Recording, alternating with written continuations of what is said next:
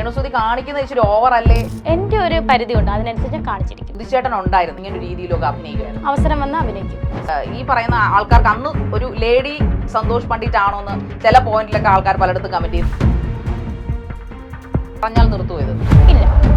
അല്ലേ പൊട്ടക്കണറ്റിലെ തവളകൾ എന്ന് പറയുമ്പോഴത്തേക്ക് പുറത്തെ ലോകമൊന്നുമല്ല, തങ്ങളുടെ ലോകമാണ് ചുറ്റിനും, അത് ഏറ്റവും ഗ്രേറ്റ് എന്നാണ് ചിന്തിക്കുന്നത്. അങ്ങനെ ഒരു രീതിയാണോ? 90% വെച്ചല്ലേ താനിപ്പോ ജീവിക്കുന്നത്? 90% പേര് എനിക്ക് കൈ കൊണ്ടൊന്നും തരുന്നില്ല. രീതിയിൽ എനിക്കൊരു ക്യാരക്ടർ വന്നാൽ ഞാൻ ചെയ്യും.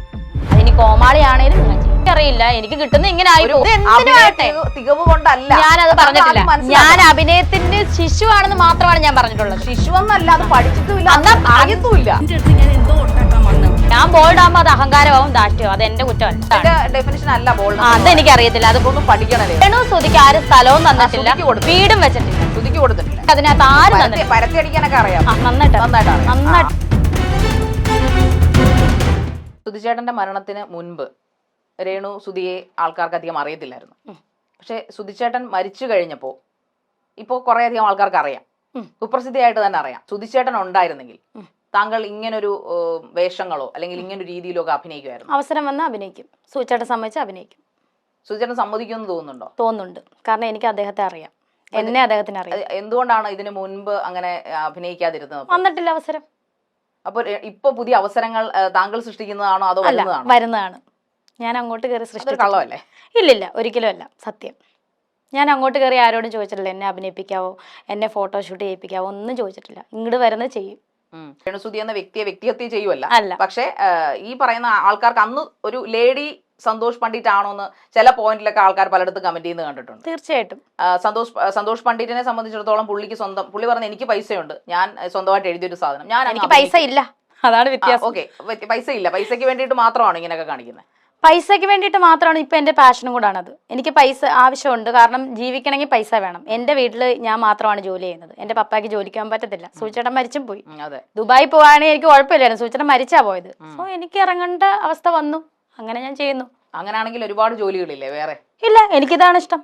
എനിക്ക് ഇങ്ങോട്ട് വന്ന ജോലിയാണിത്, എനിക്ക് സിമ്പിളായിട്ട് തോന്നി ഞാൻ ചെയ്യുന്നു. പക്ഷെ അഭിനയത്തിൽ വലിയ സിംഹമൊന്നും ആയിട്ടില്ല, പഠിച്ചുകൊണ്ടിരിക്കുന്നതേ ഉള്ളൂ. അതൊരു സ്വയംഭൂതത്തിലല്ലേ, സിംഹമൊന്നും ആയിട്ടില്ല? അല്ല, കളിയാക്കൽ തന്നെയാണ്. എന്നെ കളിയാക്കി നമ്മള് അഭിനയ സിംഹമേ എന്നൊക്കെ വിളിച്ച് നെഗറ്റീവ് കമന്റ് വന്നുകൊണ്ട് ഞാൻ അങ്ങനെ പറഞ്ഞു. സ്വയം പുകഴ്ത്തിയതല്ല, ഒരിക്കലും അല്ല.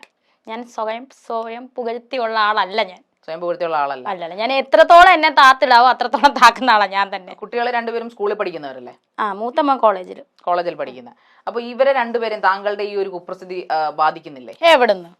ഒരു ബാധ്യതയില്ല. അവർക്ക് ഒരു നാണക്കേടും അങ്ങനെ ഒന്നുമില്ല. കാരണം മൂത്തമോൻ, ഇളയത് 5 വയസ്സല്ലേ ഉള്ളു, അവൻ ഇതൊന്നും മൈൻഡ് ചെയ്യത്തില്ല, അറിയില്ലല്ലോ. മൂത്തമോൻ ഇതൊന്നും മൈൻഡ് ചെയ്യത്തേ ഇല്ല.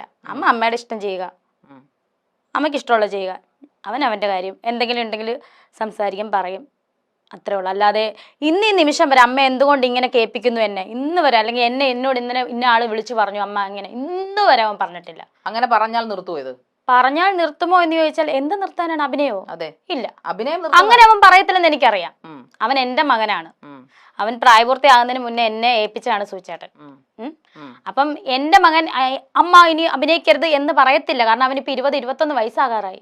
ഇനി അവൻ എന്ത് പറയാനാണ്, എന്നെ പറയാനാണ്? അല്ല, അങ്ങനല്ല.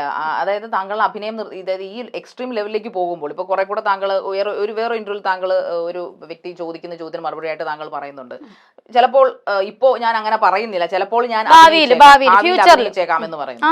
ഇപ്പോ കുറെ കാര്യങ്ങൾ താങ്കൾക്ക് ഈ നെഗറ്റീവ് ഷെയ്ഡ് കിട്ടുമ്പോൾ സ്വാഭാവികമായിട്ടും താങ്കളോടൊപ്പം നിന്ന് ആൾക്കാർ സംസാരിക്കുമ്പോൾ, മകനാണെങ്കിലും നിങ്ങൾ ഒരു പബ്ലിക് പ്ലേസിൽ പോകുന്നു, അവിടെ നിന്ന് സംസാരിക്കുമ്പോൾ അവനൊരു ജാള്യത തോന്നുന്ന ഒരു സിറ്റുവേഷൻ ഉണ്ടാകുമോന്നോ?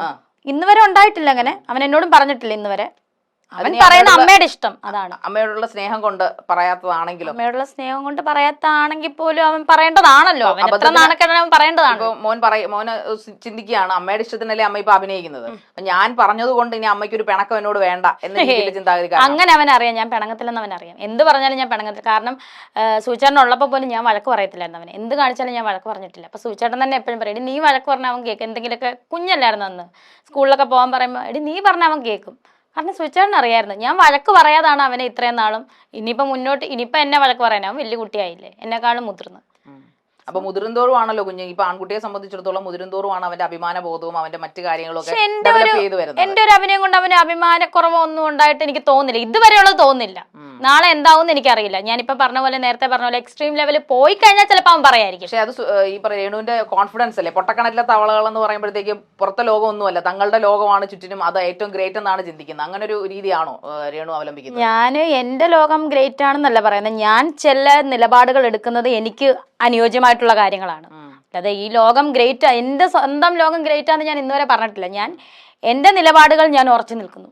അതായത് താങ്കൾ ശരിയാണ്, അല്ലെങ്കിൽ താങ്കളാണ് ചെയ്യുന്നത് ശരിയെന്ന്, ഇപ്പൊ ഞാൻ കാണിക്കുന്ന എല്ലാം ശരിയാണ്, ഒരു അഹങ്കാരം താങ്കളുടെ വാക്കുകൾ ഒരിക്കലും ഇല്ല, അഹങ്കാരമില്ല. പക്ഷെ ഞാൻ ചെയ്യുന്നത് ശരിയെന്ന് തോന്നുന്നതാണ് ഞാൻ ചെയ്യണത്. എനിക്ക് ശരിയെന്ന് തോന്നുന്നത് ഞാൻ ചെയ്തിരിക്കും, അതിന് ആര് പറഞ്ഞാലും ചെയ്തിരിക്കും. ഓക്കെ, ഇതിനെ ഓവർ കോൺഫിഡൻസ് എന്നാണോ അഹങ്കാരം എന്നാണോ വിളിക്കേണ്ടത്? രണ്ടാണേലും എനിക്ക് കുഴപ്പമില്ല. ഇതിനകത്ത് അടിയിൽ വരുന്ന കൂടുതലും അഹങ്കാരം എന്നായിരിക്കും, പക്ഷെ എനിക്ക് കോൺഫിഡന്റ് ആണ്.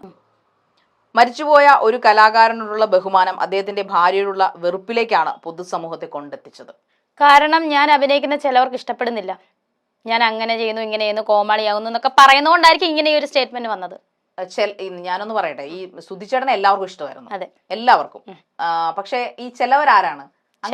നെഗറ്റീവ് പറയുന്നവരും, എന്നെ സപ്പോർട്ട് ചെയ്യുന്ന ഒരുപാട് പേരുണ്ട്. 90% ജനതയും എന്നെ സപ്പോർട്ട്, 10% പേര് എന്നെ സപ്പോർട്ടാണ്, എനിക്കത് മതി.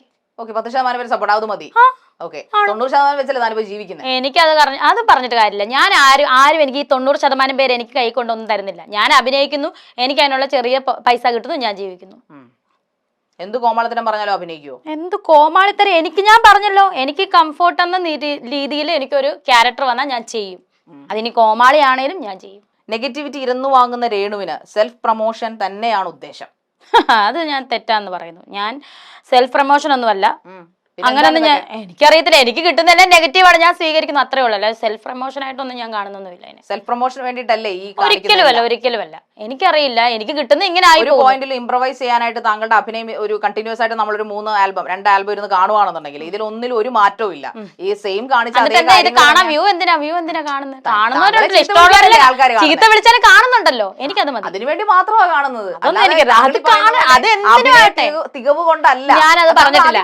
ഞാൻ അഭിനയത്തിന്റെ ശിശുവാണെന്ന് മാത്രമാണ് ഞാൻ പറഞ്ഞിട്ടുള്ളത്. ശിശു എന്നല്ല, അത് പഠിച്ചിട്ടുമില്ല, അറിയത്തുമില്ല. ഓക്കെ, എന്നാ അത് തന്നെ ഓക്കെ, ഞാൻ സ്വീകരിച്ചിരിക്കുന്നു. അറിയത്തുമില്ല, ഞാൻ പഠിക്കാൻ പോകുന്നത് എല്ലാം സ്വീകരിക്കും, പഠിക്കാൻ പോകുന്നതേ ഉള്ളൂ. സുധിയുടെ മരണശേഷം രേണുവിനുണ്ടായിട്ടുള്ള ധാർഷ്ട്യം പൊതുവെ എല്ലാവരെയും രേണുവിൽ നിന്ന് അകറ്റിക്കൊണ്ടിരിക്കുകയാണ്.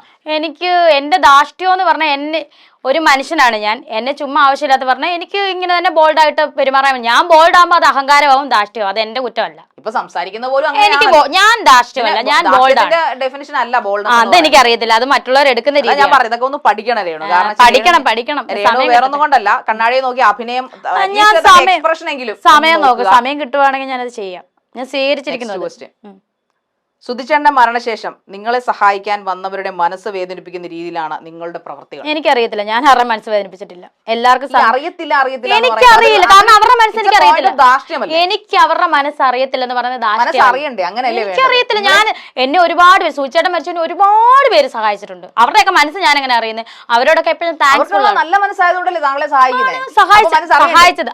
മനസ്സറിയ, അവര് നല്ല മനസ്സുള്ളവരായോണ്ട് തന്നു. ഞാൻ അഭിനയിക്കുന്ന അവർക്ക് വേദനയാന്ന് എനിക്കൊന്നും അറിയില്ല. നിങ്ങൾക്ക് സ്ഥലം തന്ന ആള്, ഏതോ ഒരാളുടെ ഒരു വോയിസ് ലീക്ക് ആയിട്ടുണ്ട്, അയാൾ പറയുന്നത് അവർക്ക് തൊട്ടടുത്തുണ്ട്. ഇന്നലെയും മിണ്ടിട്ട്, ഇന്ന് രാവിലെയും കണ്ടു മിണ്ടിയിട്ടാണ് വന്നത്. എനിക്കറിയത്തില്ല, ഞാനത് കണ്ടിട്ടില്ല. ആ വോയിസ് ഒന്ന് ഞാൻ കേട്ടിട്ടില്ല. രേണു സുധിക്ക് തന്നെന്ന് പറഞ്ഞാണോ പുള്ളി പറഞ്ഞത്? എനിക്ക് ആരും സ്ഥലം തന്നിട്ടില്ല. എനിക്ക് ആരും സ്ഥലം തന്നെ, എന്റെ പേര് സ്ഥലം എനിക്ക് രേണു സുധിക്ക് ആരും സ്ഥലവും തന്നിട്ടില്ല, വീടും വെച്ചിട്ടില്ല. സുധിച്ചേട്ടൻ മരിച്ചുപോയ സുധിച്ചേട്ടൻ എങ്ങനെ സ്ഥലം കൊടുക്കുന്നത്? സുധിച്ചേട്ടൻ 2 മക്കൾക്കാണ് സ്ഥലം കൊടുത്തത്, വീട് കൊടുത്തത്. എനിക്ക് അതിനകത്ത് ആരും തന്നിട്ടില്ല. പരത്തി അടിക്കാനൊക്കെ അറിയാം, നന്നായിട്ട് അറിയാം. നന്നായിട്ട് അറിയാം. Thank you.